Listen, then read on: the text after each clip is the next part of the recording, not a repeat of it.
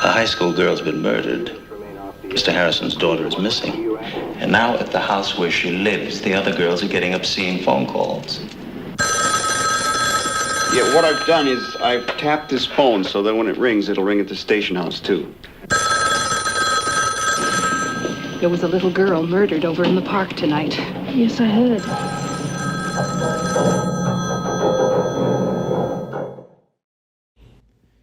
(1974's) Black Christmas, or whatever the original title was. I can't remember off the top of my head. But, so Black Christmas.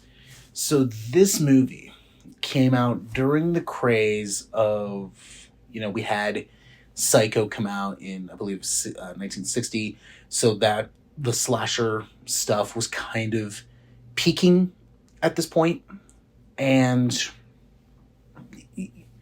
this kind of came out like, hey, what if we kind of what if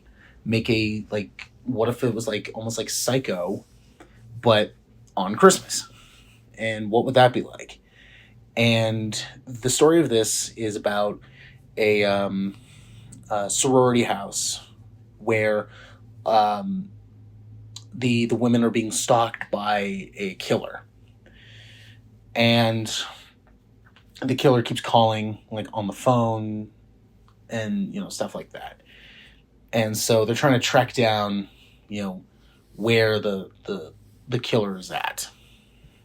And I think, it's definitely, it was made, I believe it was Canadian, I believe. It has that low budget feel to it, which works, I think, in a lot of ways, because it kind of feels low budget in a lot of spots. But they're able to use, the surroundings. They're able to use that to their benefit, and that's just what's great. If you have a low budget and maybe you have a low budget and you can only afford one location, you make the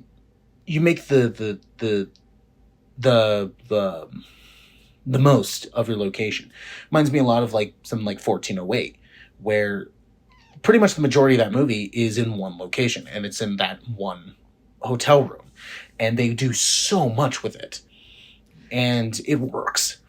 This is on that same level, where it's like, the movie takes place in one location, and they use it to their benefit. And it works. It works quite well.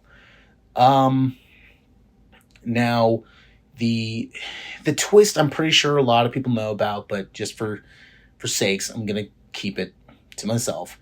The twist in here is still like, oh, that's just creepy. And that's real horror. Like, that's really scary. Because, it's scary. So I think this movie works very well. And there's especially one part in this that still, like, creeps me out the most. And that is a moment where, the twist it's revealed and you're just like, oh my God. But then there's this just one shot where it's all black, but the only thing you see is someone looking through a keyhole, and it's just all you see is like the eye peering through, and it looks like they're like the eyes like bulging. So it's just, and everything around it is just all black. So that's the only thing you see. That's still scary. That's still scary because, especially if you're like in a dark room and you're just, it's like if you wake up in the middle of the night and you're in your bedroom and it's completely dark, and then all of a sudden you just kind of like look at a corner and you just see that. It's just like, oh my God, that's scary. That's scary. So this movie, the scare level, it still works.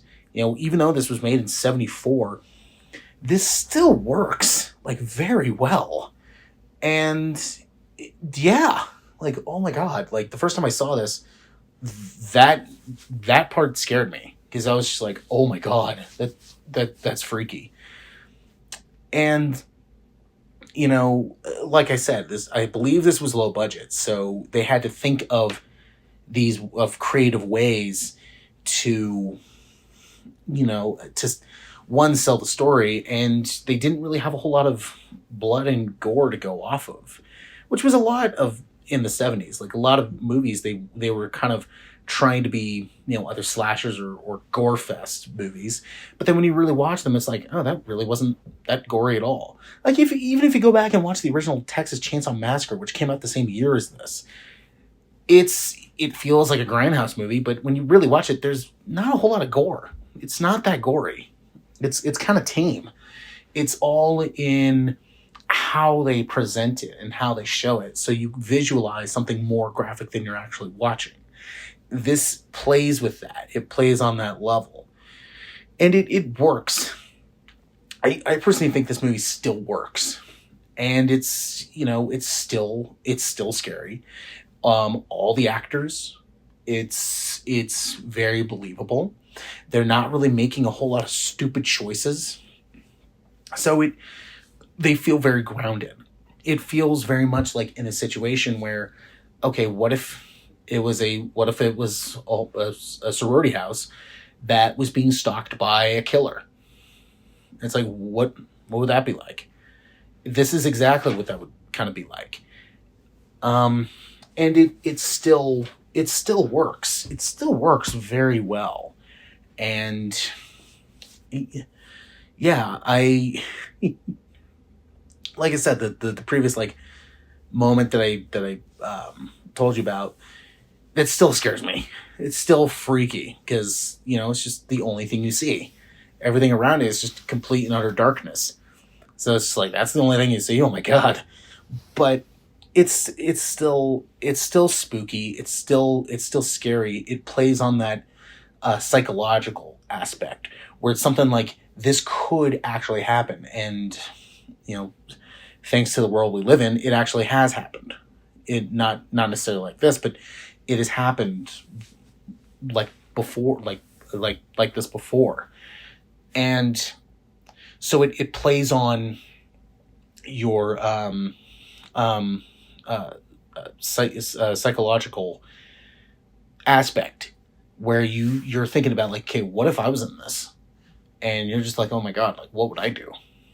And it works. It works very well. And even when this is made back in the 1970s, I know a lot of people kind of forget this movie a lot, but to me it still works very, very well. And despite this being made in the 1970s, it still works. It still really works. Like, they know how to use their budget. They know how to use their how to use their surroundings. It feels also very claustrophobic. And so it works that way. And I think this works very well. And I give this a great. Like I previously mentioned, like, it's still scary. The acting is very believable. It feels very claustrophobic at times. So you feel very cramped. And it plays on on the psychological, where you go, huh, what would I be doing in this situation? And you're kind of, and you feel for the characters. So it's very grounded, and I really like that in this movie. And I personally think that I don't particularly think this movie needed a remake, while the 2006 remake isn't a home run, but the gore is really cool. And despite it being made in the 2000s, when a lot of movies weren't doing very gory films, or they weren't using practical effects, it's absolutely brutal. And then they did the 2018 one, which that's just another story altogether.